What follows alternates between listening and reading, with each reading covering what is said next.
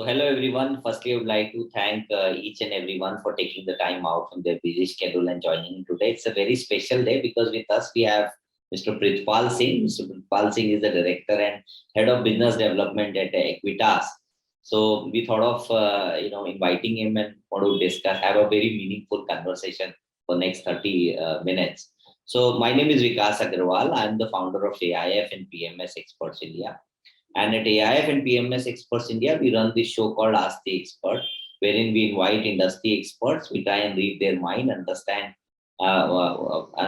about how do they run their strategy, and also try and read their mind and understand more about what would be the outlook of equity markets.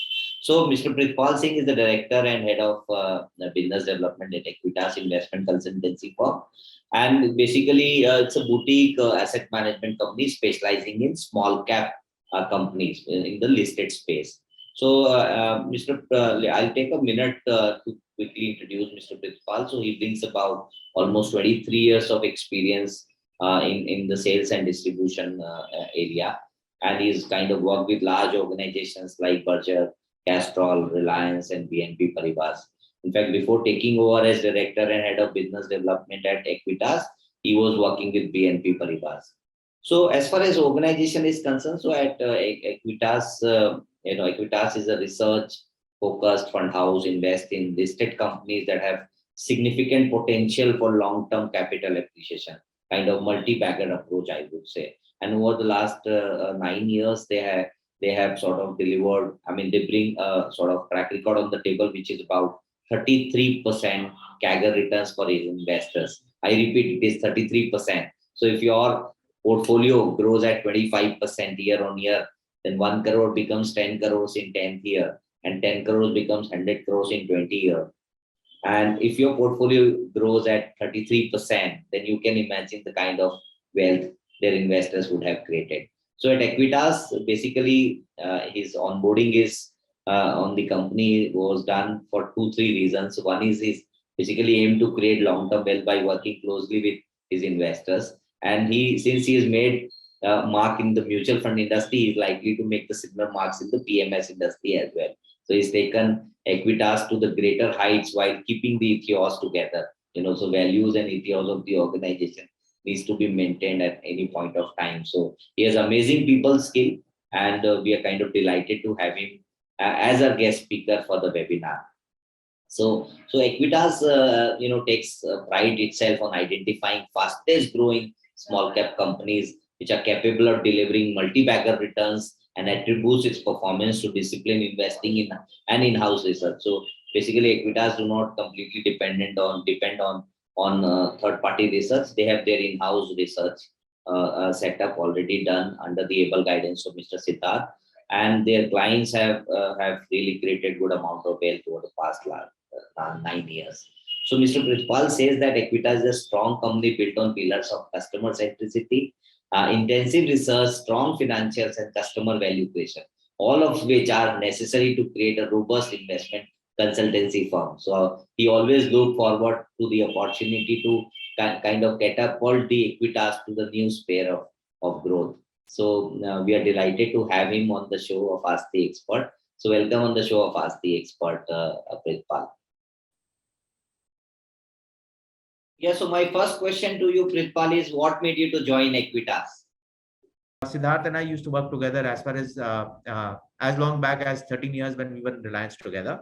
And we did a couple of PMSs together when I was heading banking, and he was the one who was actually heading the show there. We, over the past 10 odd years, we kept on engaging with each other.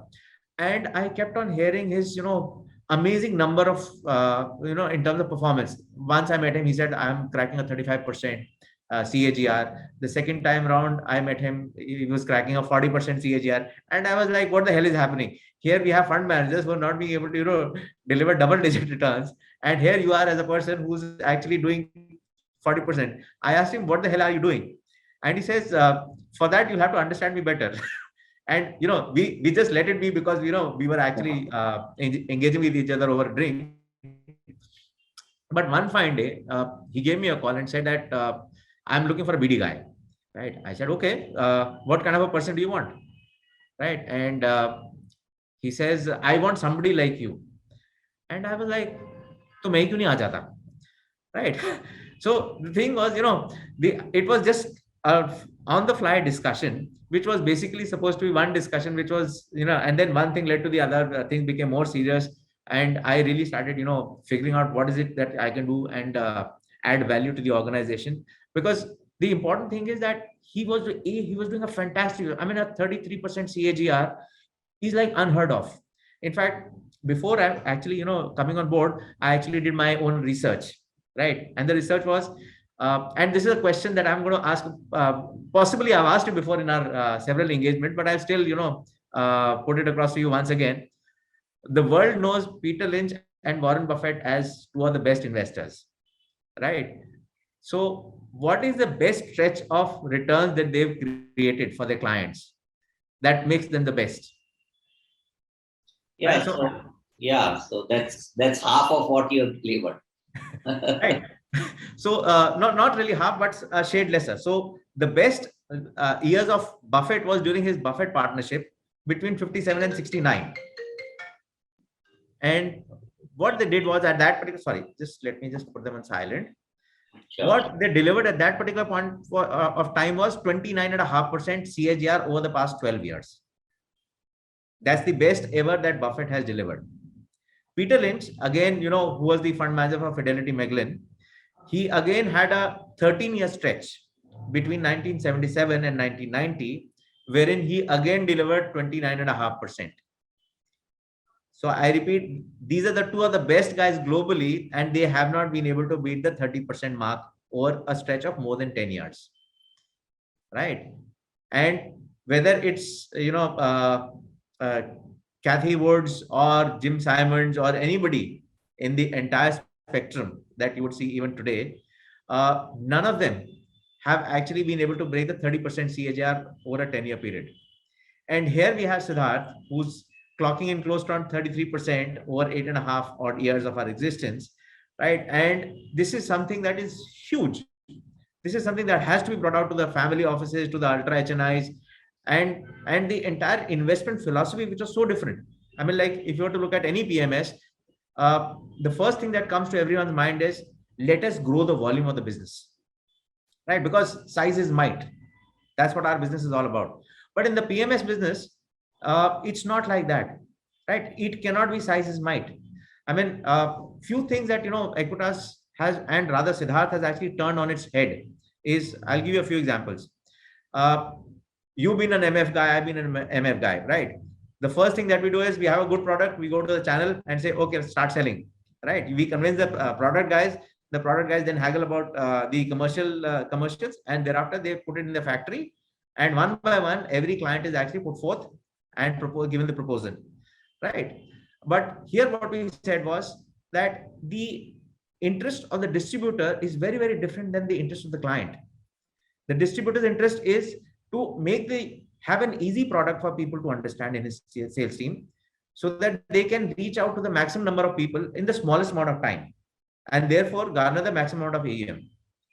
Now, because of this, what happens is a lot of times the distribution would tend to focus on the easiest products to sell, right? Sir, इसमें ICICI है, इसमें TCS है, इसमें इसमें chemical. If you were to look at something today, इसमें chemicals है, इसके अंदर specialty chemicals है, इसके अंदर IT है, right? ये तो चलेगा ही, right? So this becomes very easy for any large scale distributor to actually reach out to the maximum number of people. So what Siddharth did was, rather than going out to distributors, he says that if the client interest is the thing of paramount importance, I have to reach out to the clients ourselves. So what we did was, for the past 8.5 years, we actually never had any BD team, right? It was only through referrals that we were able to grow our overall AUM to close to 2,000 crores, right? Of which close to 1,500 crores is in PMS and close to 400 odd crores is in AIF. So that's what we did. Now the thing was that once we reached here, we wanted obviously to go to the next level, right? So the next level was reaching out to all the entire family offices. Now this is something that I had never done before in my life.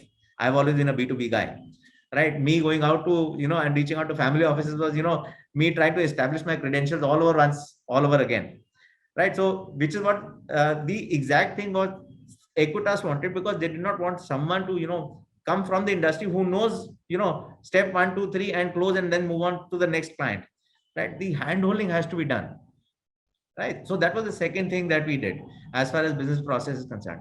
In fact, at this particular point in time, let me take a pause and also tell you that while we have 3 products, right, our investment strategy across all 3 products remains the same. So we have one platform in the PMS, wherein we start off with investments of 10 crores. We have the same strategy, which we are, mapping up on the AIF, where we start with 3 crores. And I'm very glad to share that in the next 15 odd days, we are going to be launching the first India dedicated DIFC domiciled dollar denominated fund, which is going to be investing in Indian small caps. Right. So that's, and we have Simran, who has been a part of my team way back in Reliance long time back, who's actually on board. And I also take the opportunity of welcoming all the investors and potential investors from Dubai for having taken out time to understand what Equitas is all about. So we'll come to the product. So before that, can we also, would you be able to throw some more lights on what's the investment philosophy you mentioned that is maintained across all the 3 products? Yeah. Over to you. So I think the most important thing that is there is that in order to, first of all, we have clearly identified ourselves as a multi-bagger fund house, right? We are not in the business of trying to give you 10, 15, 17, 18% kind of return profiles. We are saying that, boss, we have to give you, our entire portfolio is going to be that of a multi-bagger. Now, what is the multi-bagger approach? Now, I'll to break it down, I'll give you, 3 parts of the market. The first part of the market is market cap of 10,000 crores and above. Now, there are close to 120, 130 odd stocks in this. Mota, the large cap companies. Now, you'll be surprised that each and every one of this company is tracked by nearly 45 analysts. So there is nothing that is there in the company that anybody doesn't know. Everybody knows everything. कि ये वाला lever करेंगे, change करेंगे तो ये होगा, ये वाला lever change करेंगे तो ये होगा. Right? So since everything is discovered, the possibility of, trying to get into a multi-bagger is not there. And the evidence is over the past 10 years, if you were to actually look at the large cap space of 140 odd companies, I think there were only 2 companies. One was Bajaj Finance and another company, which was actually a 20x, a 20 bagger. No other company over the past 20 years has been, or rather 10 years, has been able to deliver more than 20x kind of returns. Then the second thing, let's move to the mid cap space. Now, this is 10,000 to 5,000 crore market cap, or rather, let's make it 2,500 crore market cap. On an average, every company here is tracked by close to around 16 or 17 odd analysts. Right. Again, when you have 17 analysts who are tracking these companies, there's very little left to imagination. But the minute you move down to the 2,500 crore and below market cap, the number of analysts covering these stocks drops down to 0. And the reason why it drops down to 0 is because every analyst is mota a sell side guy. The sell side guy has to find, companies large enough so that he can attract the attention of the fund manager. Because a fund manager who's managing, say, 50,000 crores of equity, he would definitely want to have at least 100 crore to le sakun. Right? So this is something which is not possible in 2,500 crore market cap and below companies. Now, when I'm talking about these 2,500 crore and below market cap companies, let me give you another number over the past 10 years. How many 100 baggers?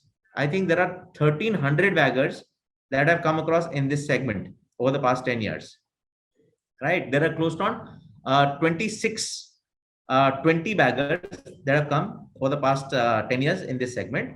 And there are close to, I think, 44 or 10 baggers that have come. So if you are looking at multi-baggers, this is the space to get multi-baggers from.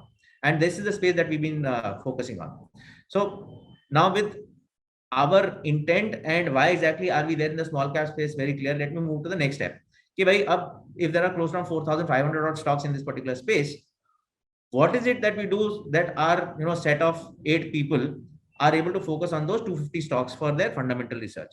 So we make use of screeners, right? So the screeners that we have is, basic screeners like the sales growth, PAT growth, EBITDA growth, low debt, significantly high promoter holding, right? So when we are looking at, these basic screeners in place, we are able to whittle down this 4,500 companies to around 250. After this 250 companies are there, that's when, our set of, 8 people who are there in the 8 analysts and Siddharth, right? That's when they start doing the fundamental research. Now, fundamental research starts off, when we get into fundamental research, one thing is very clear. We are not looking at any third party research. It is our own research. So we need to really go very, very deep down into every company's, not only, financial aspect, but any lever that agar uska power ka input cost itna badhta hai, what exactly is the EPS impact? And I'll be very honest with you. I have seen the kind of, deep dive that we do in companies. There are certain companies who actually, speak to us and say, what exactly is the EPS that you are getting at your end?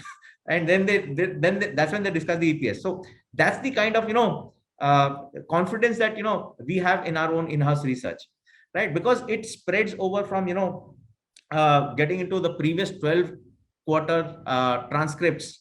Then it goes into, much greater detail as to what exactly is the company doing, corporate announcements, what exactly the impact of the corporate announcement is. So every aspect of the company is taken care of, and every evening we actually have those discussions wherein we try and figure out what is it that we are looking for. Another thing that we do is, when we are looking at these 250 companies and then we whittle it down to 50, we are looking at few very, very important traits. The first trait that we are looking at is the first misconception: small cap is not equal to small business. I'll give you some very interesting examples, right? Asian Paints, which is today's darling, trading at close to around, I think, 3.5 odd lakh crores market cap, or 2.5 odd lakh crores market cap, sorry, right? 10 years back, take a wild guess. What was it trading at, right? What was the market cap of Asian Paints 10 years back? It was 7,000 crores, 7,500 odd crores, right? And interestingly, I'll give you another example of small business versus a small company, right? Hindustan Lever, which is one of the largest, or rather, which is the largest FMCG company in India by far, has sales of 50,000 crores, right? And a market cap of close to around 6 odd lakh crores, right? But at the same time, if you were to look at, a few steel companies that we have in our portfolio, they would have sales of close to around 150 odd lakh crores, right? 1.5 odd lakh crores, sorry.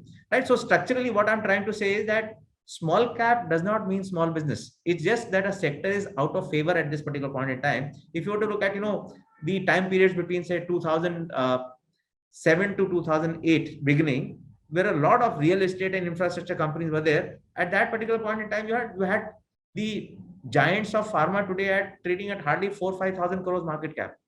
So with this, challenge out of the way, wherein, small cap is not equal to small business, right? Let's move to the next step. What is it that we are looking for in the next place? We like companies which are either the sole providers or the margin leaders or the only listed company in that particular space. Now I'll tell you why exactly is it that we like these kind of companies. When we look at the small cap space, there are several times that you see that there are 5, 6, 7, 8 companies. Let's take the case of textiles as a sector. That's a classic sector. There are close to around 2,000 companies which are listed in the textile sector. Now, these 2,000 odd companies, when they are there, the minute they see that there is a margin expansion happening, they start reinvesting in capacity additions, right? Now, if there are 1 or 2 people, right, they are the ones who are going to be, having the expanded market share with them. But if there are 2,000 odd companies of which 500 decide to do this capex, what happens is you've actually, put in a lot of capital, but your margin remains the same, right? So structurally, this is something that we really want to avoid, right? So this is one thing that we're looking at. Few other things that we're looking at is, let me just take out some notes. These are very important. So I thought that I'll take out some very interesting notes here. Sure. Yeah. Yeah. Second is, what we're looking at is, companies which actually have low debt or net cash positive companies, right? So this is something which is very basic and generic, but I'll try and give you an explanation, right? The best explanation is that companies, whenever there's a downturn, in the upswing, you have all stars, right? But whenever there's a downturn that happens in that particular sector, all those stars whittle down. Few of them, die out like shooting stars, right? But a couple of them remain behind. The couple of them that remain behind are the ones which are the anti-fragile companies. Now, anti-fragile is somebody who actually takes advantage of the adversity. So they are the ones who are actually, at that particular, when the sector is down, they are the ones who are actually adding capacities. They are the ones who are doing capex, so that once the boom comes in, they are able to take advantage. Classic case, Balkishan tires. So if you have to look at the time period between 2015 and 18, when the tires segment was not doing, off-highway tire segment was not doing too well, they actually, added a lot of capex, and people were wondering why the hell are they, with such a stretched balance sheet, what are they going to do? The benefits are being reaped now, where the entire BKT market cap have moved up by 5x over the past 2-3 years, right? So those are the kind of things that we're looking at. One very important thing, our entire business piece is the operating cash flow. What we are looking at is, see, operating cash flow is, I think, the single biggest entry. As they say, market cap is vanity, profits is sanity, but cash is king, right? So cash flow is, for us, is very, very important. You can dress up any figure in the P&L statement that you want, but you cannot dress up cash flow, right? So this is the single most important thing in which we, spend a lot of time. Well said. Another thing that we're looking at is we look at low or no institutional holding. This is again a part of our earlier discussion that we were doing, that if at all there is an institution, right, there is research. If there is research, then it means there is something is captured in the price. And what we want to do is we want to get into a particular stock where there's hardly any institutional holding. The next thing that we're looking at is, and this is a classic thing that happened.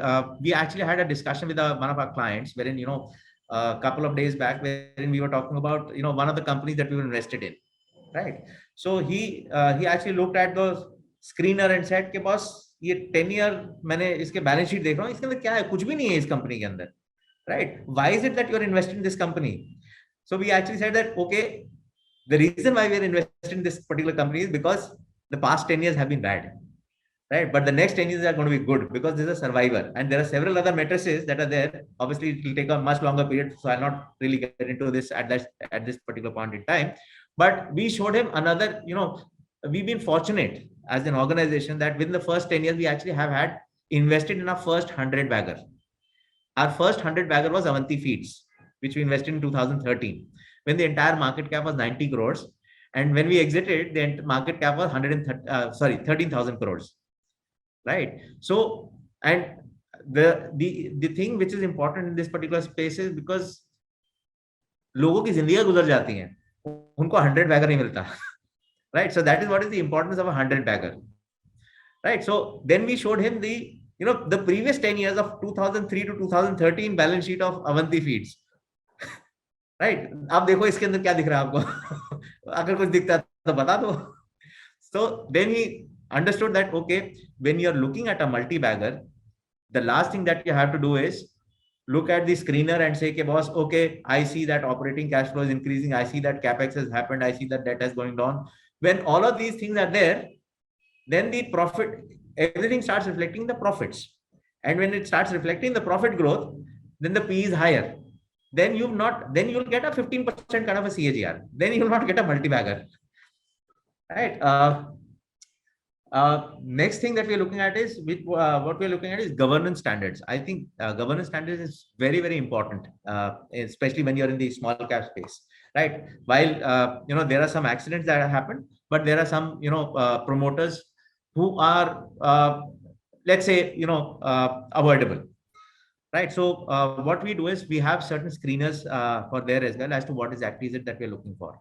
One very interesting thing that has come about is that, one of the companies that we have in our portfolio, the promoter was getting close to, say, 50-60 odd crores of annual salary, right? So it actually was, flagged off once that why exactly do you think this is fine? The company is putting a turnover of close to, say, 5,000 crores. The promoter is getting 60 crores. Right. And obviously the salary was basically a function of both profit sharing as well as the actual salary. So we actually said that, when you have a promoter who's actually doing this, it actually gives a very, very significant sign that, he's not siphoning of money. Whatever he's doing is, it's clean, right? The second thing that we are looking at is there should be significant amount of cash in the balance sheet. Whenever there's cash in the That balance sheet, cannot be, sorry to interrupt. So that cannot be considered as red flag. Rather, it is good that he is checking yes, everything on exactly. It's not a red flag. It's actually something which is actually brings about the promoter in much cleaner light, right? The second thing that we look at is, there should be significant amount of cash in the balance sheet. The third thing is that, whenever we look at, we look at promoters, whether they have some company in the unlisted space, which is in the allied business, right? There could be, like, for example, just to give an example, there could be a company which is, say, manufacturing and listed, but the sales and distribution is unlisted, right? So the manufacturer sells to the unlisted company, and the unlisted company, that's where the profit accretion happens, right? So these are things that we, really are very, very cognizant of and want to, steer clear away from. Last but not the least is consistent dividends and capital allocation. So if a company, this is something that is, very, very sacrosanct for us. If there is a company which is consistently giving out dividends, right, it's having the minority interest also taken care of, and B, it also gives a very, very clear, division of where exactly is the retained earnings going. Is it going as part of it into the balance sheet for capex? Is it going to the share, back to the shareholders, or is it, is it being part of the retained earnings, right? So all of these three. And last but not the least is capital allocation, which is something which is very important. We've all seen that, people have gone wrong in capital allocation. The largest of the companies today, like ITC, is being accused of, capital misallocation, right? So structurally, we are very, very, clear that if at all capital allocation has to happen, it should be value accretive in nature. So this is what is the set of things that we look at when we are doing our research. Now, when we are looking at these companies, there obviously has to be a catalyst. Why exactly should we enter into a particular company now, right? And this is true for all small caps as well, not only our fund, but when you're getting into the small cap space, if you're seeing that a stock is down and out, a sector is out of favor, what exactly is it that you should be looking for before you start getting into that particular company? So few things that we are looking at is that one is there is a change in product mix that is happening. Now all companies would have various products. Some would have lesser margin, some would have higher margin. If there is a skew towards a change of product mix wherein lesser margin, which was say 40-50% of the turnover, comes down to say a 30%, and the higher margin goes to 70%, that means that there is a significant change that the management is trying to consciously bring about in order to increase the profitability of the organization, right? Cost reduction. Now, if there is a company, let's take, I'll give a very classic example. Let's take a company in the, say, steel sector. Now, if it is not vertically integrated, if it doesn't have iron ore, if it doesn't have coal linkages, right? If it is dependent on merchant buying of both of these two products, right? They are dependent on the vagaries of the spot market or the long-term contract they have, whatever they have, right? But on the other hand, if they have taken the advantage of the downturn and gotten hold of an iron ore or a coal mine, right, and vertically integrate themselves, they've insulated themselves, right, from the vagaries. In fact, then whenever they have a challenge, right, in terms of the raw material price increasing, they become anti-fragile, right? They are able to actually make more money when there's volatility in the input costs rather than the other way around, right? And last but not the least is margin expansion, right? So margin expansion happens because of two things. One is because of the resilience of the brand that is there, and second is the cost price, the input cost once they start going down, and consequently you actually have a margin expansion. So these are the few catalysts. I mean, to give you some more color, I'll give you the example of Avanti, right? Avanti was a normal, shrimp feed manufacturer, right? They started coming out with something. So the government came out with a push for pushing shrimp feed, right? So there's a Venumani kind of a prawn which requires a different kind of an algae, right? The algae requires 1/4 the amount of oxygen, and prawns tend to eat algae. 1/4 the amount of oxygen, and the promoter came and said that, okay, I am expanding big way, in a very, very big way, right? I believe that we should be looking at a turnover increase of close to 50% over the next 4 quarters. He repeated this over the next at least 3 quarters. Interestingly, nobody heard him. The reason why nobody heard him was he was a 90 crore market cap person, right? So, but when he started posting the numbers that he was talking about, right, suddenly we had a situation wherein, Avanti was, on top of everyone's lips. And in fact, the best part is, when the entire mutual fund fraternity started talking about हमारे पास Avanti है, Avanti was close to around a 10,000 crore market cap company. It hit a peak of 13,000. And that was the time that, our team here in Equitas was actually, busy trying to sell off Avanti. Right. So these are the few things that we do. Yeah, so I think the advantage of the platform is also to large extent that some of these mutual fund companies, even if they wish to, they cannot afford to enter into that company because of a couple of parameters. One of the parameters could be that it has a low liquidity. So liquidity could be one of the parameters, and their compliance department may not allow them, because if tomorrow any redemption comes, they have to meet with the requirement of the redemption and sell those stocks. And that is where the advantage of a small size, what you talked about, really come into a play, where you can actually identify them at an early stage of their growth curve and right through the entire growth journey. Correct.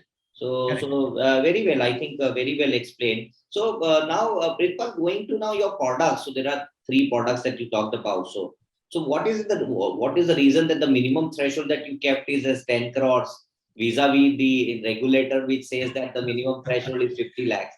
Number one. And also, if you could throw some more lights on your upcoming AIF, where and what would be the minimum threshold there? Sure. So, Vikas, let me be very blunt here, right? Somehow we believe that, a lot of people have abused the PMS segment, right? The reason why PMS segment, I say that PMS segment has been abused, is that if you come out with a model portfolio, right? Unfortunately, what you're doing is you're running with a mutual fund in the garb of a PMS, right? So when you're running with a mutual fund in the garb of a PMS, what you're doing is you're doing the same things that are done in a mutual fund, but you're just putting it a color of a PMS, right? So this is what is our belief, right? Because a PMS, to our mind, has to be a bespoke portfolio. It has to be a portfolio that is created for a particular investor at a particular time, wherein when we think that at this particular point in time, this is what is right for the investor, you are able to bring that. So, when we are wanting to do bespoke portfolios, we do not have the ability to manage more than, say, 200, 250 odd portfolios, any house for that matter, right? So what we've tried to do is, in order to have the right ethos, that we should not see our first, our first loyalty lies towards the investors, right? And if we are saying something to the investors, we better stick our neck out and say, boss, this is what we are saying, and this is what it has to be, right? So from that perspective, we are very clear that 250 से ज़्यादा PMS in a bespoke model आप नहीं चला सकते. So which is why I said that let's keep the threshold high enough so that we only have serious players. And the best part is, what? It has actually worked in our favor. I'll give you some very interesting statistics, right? So we currently have close to 75 odd clients in our PMS, right? The average ticket size that we have is roughly around 17, 18 odd crores across these clients, right? Now, the reason why it's actually been like this is because typically what happens is, both of us have been in sales, right? And if the minute you say that my portfolio has a 50 lakh threshold, whether the client is a 100 crore guy or a 500 crore guy or a 1,000 crore guy, he will give you a check of 50 lakh rupees, right? And I've seen this, whatever is the minimum threshold, usi ka hi check aata hai. Uske baad client waits for the market to, run up, get more confidence. That's when he starts adding, right? So which is why we said that if 250 is our upper limit, at least at this particular point in time, with the kind of current infrastructure that we have, we need to ensure that we take only, some very serious players, right? So that is the reason for that 10 crore mark, right? The second question is, so what do we do for people who are serious and wanting to invest, but do not have 10 crores? Like people like me, right? People like ourselves, right? Both of us, right? If we do not have 10 crores, I mean, I can't say about you, but I can surely say about myself that I don't have 10 crores to invest, right? You may have it, right? So, but so for people like me, what we've done is we've created an AIF. The strategy remains the same, but it is a fund which has a threshold of 3 crore rupees, right? So that's the second part. Now, this third part is for our, especially for our NRIs, right? And we believe that, NR, non-residents Indians are a significantly large portion of the ultra HNI segment that we have, right? What we have done is we have created a feeder fund out of, or rather an AIF, which will directly invest into Indian small caps. Same strategy based out of Dubai, right? DIFC to be specific. Now, the importance of DIFC is that it's a tax-free zone, right? So from a, from an NRI FPI perspective, it actually is a cheaper proposition for them. But the bigger thing is that no longer do you have that hassle of, एक मेरे को PIS account खोलना है, इधर से उधर सब PIS करना है, इधर से उधर ये regulation में जाना है, NRE से पैसा देना है, NRO से पैसा देना है, ये करना है. All those hassles are actually taken away in one stroke, wherein you just put the money from your dollar account or your international currency account into our account in DIFC. We are the ones who convert it into INR and put it across into the Indian markets, using the same strategy as we've been using in the PMS and the DIF, and you can take the money back whenever you want. Right? Of course, the mandatory lock-in of that, AIF would continue. So, from a structural perspective, it's way simpler, way easier, and we believe that on a cost front basis, I think when we were doing the calculations, it's close to 20% cheaper for clients, for NRI clients.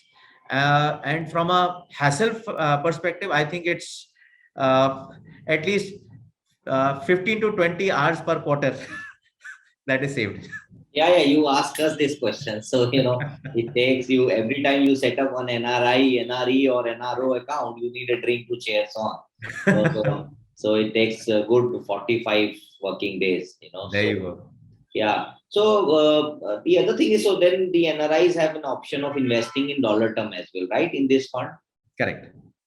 Yes. So any currency, I mean, whether it's dollars, euros, yens. So that's the beauty about having a dollar denominated fund. Yeah. Right. And I missed talking about the threshold. The threshold is $1 million there. $1 million. Okay. $1 million. So we've kept it very low. It's in fact lower than the PMS that we have domestically. The idea of that was that, instead of having a 1.5 kind of $1 million, it makes, a nice round figure of $1 million makes much better sense. Sure. So now we come to the last end of the curve in terms of our session. And before we conclude the session, that's very important question that I have is on behalf of our investor. You as an organization have seen 9.5 good long run where you had good phase, bad phase, and you've also seen 2018, 19, and 20. Yes. Where the benchmark I remember from 2017 top to 2020 during the COVID time has become 100 rupees became 37.5 rupees. I exactly remember that.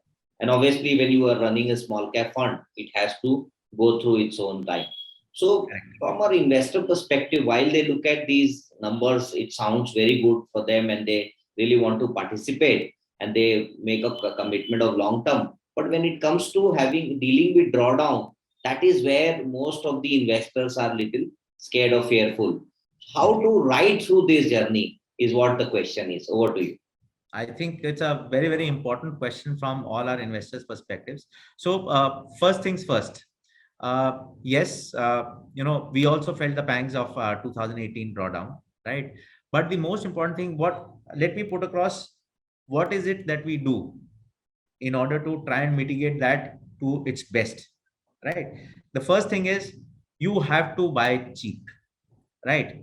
If you're buying stocks at 3, 4, 5 PE, and I'll repeat, 3, 4, 5 PE, right? This is a number that, a lot of investors haven't really even heard of, right? Because all they've been seeing over the past 5, 6 years is, 20p, 30p, 40p, 70p, 80p, 100p, right? We buy stocks at 3, 4, 5, 6 PE, right? So that's the first thing. You enter cheap, right? The most important thing is to try and get into the market, not get swayed by, any hot sector or an IPO or anything, right? But stick to your nitty.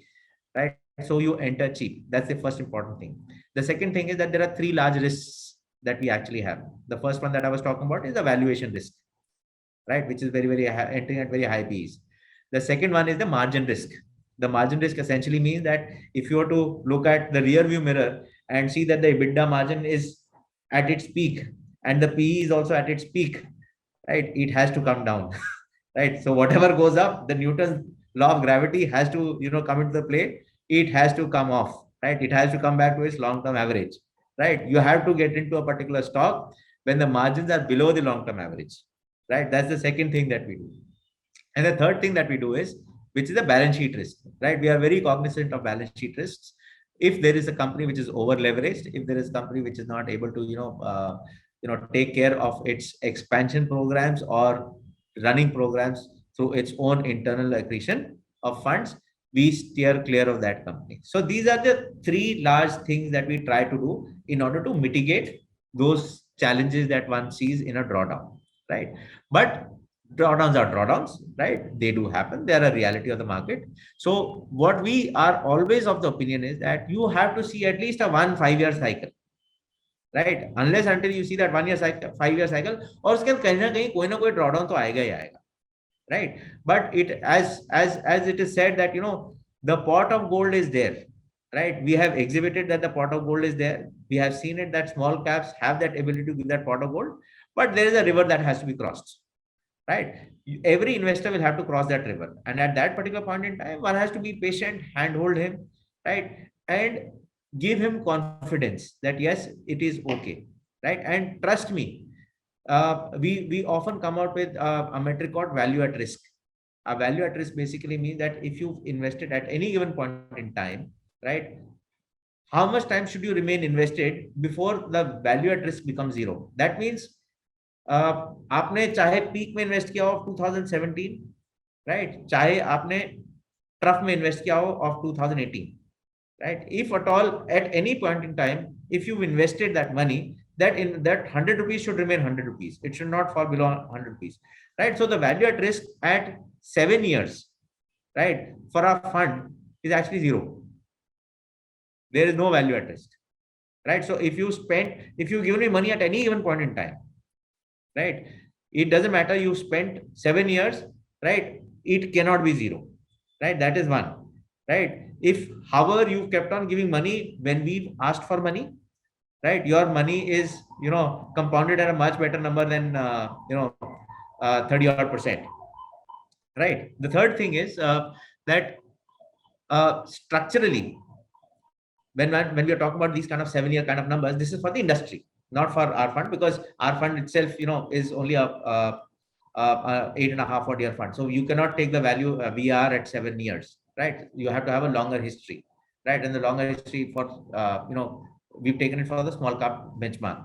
But when we look at the kind of alpha generation that we've done, right, I was actually the first time around, one of the things that actually really stuck with me was the graph differentials between the small cap growth versus our growth, right? So while the small cap went down by close to around 66 odd percent, right, our drawdowns were actually slightly lesser. We actually fell by close to around 50 odd percent, right? But the bounce back was equally sharp, right? In fact, we while the small cap from the troughs, it went up by close to I think 160 odd percent, we are already up nearly 200 odd percent since then, right? So the kind of stock selection that we do, the kind of filters that we put in, the kind of checks that balances that we put in, right, are basically there to take away the risk from the portfolio, right? So the risk is not that of losing money, your capital. The risk is you have to spend that time, right? And once you spend that time, you are able to cross that, as you put it across very well in your words, that वो मौत का कुआं cross करना पड़ेगा. हम मौत का कुआं नहीं कहते, हम कहते हैं कि there is a river that has to be crossed, right? But the pot of gold is there.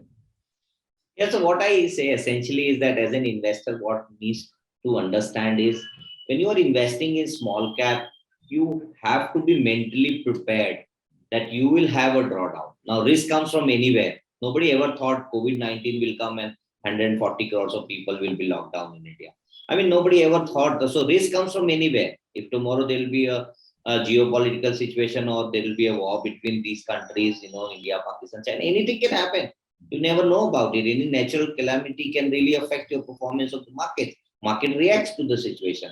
But if you will have to understand as an investor that if you are investing in mid and small cap companies, and if they are supposed to be slightly more volatile than so-called large cap companies, then you have to be mentally prepared that you will at least be with the fund manager for minimum 5 years, give enough time, sufficient time. So one is that what you do as an asset management company. The other thing is what we do as an investor. Now, Yes. if we both don't do our own homework, then the alignment will not happen, and that's where the divorce takes place, and the marriage gets broken up. So you have to have both the parties working together, and there should be an alignment. Right. That's where we play an important role, as an advisor, that we kind of align the interest of both the parties together and handhold, so that investors, when the 100 becomes 37.5 rupees, he's not going to listen to anyone. He says that Mira, it's a bad decision that I've taken in my life, and let me take my money out, whatever little that I can. And I've seen that happening a couple of times in my career. So it's very, very important. So anybody who says that I want to invest in small cap, I say that you revisit your thoughts. Let's discuss tomorrow morning. So In enough time fact, will be given. in fact, there's just one point that I wanted to add. There's a difference between risk and volatility, right? Risk basically is when the underlying is very, very weak and you've invested at a significantly high level. Volatility is that the inherent value is there, right? Because of certain market situations, whether sentiments or liquidity or macroeconomic conditions, temporarily the price has fallen below, but because the fundamentals are strong, the inherent underlying is strong, it is bound back. And rather, there's one more thing that actually elucidates. Like, for example, RCOM was a risk. It was a large cap. Suzlon, large cap, was a risk. Jaiprakash, large cap, was a risk, right? But on the other hand, there were so many other smaller companies which actually went down. Like you said that, they went down 37%, right? But that was actually volatility, right? Because the underlying was much stronger. And which is why, they've kind of bounced back. Yeah, it's very rightly said. So very important that you need to look at underlying and then go about doing it. So thank you so much, Prithpal. It was a pleasure speaking with you. We got a lot of insights about you, your organization, fun. So thank you so much for taking the time out from your busy schedule and speaking with all of us. Likewise, Vikas, thank you very much for according us this opportunity to really showcase ourselves to your investors and all the other participants who come from across the globe to listen to this particular Zoom call. Thank you very much, and look forward to a very, very exciting 2022. Absolutely. Thank you. So thank you everyone for joining in today. In case you have any query, please write to me at vikas@aifpms.com. I'll see to it that I'll coordinate with Prithpal and get your questions answered. Thank you. Lovely. Thank Thank you. you very much. Thank you very much.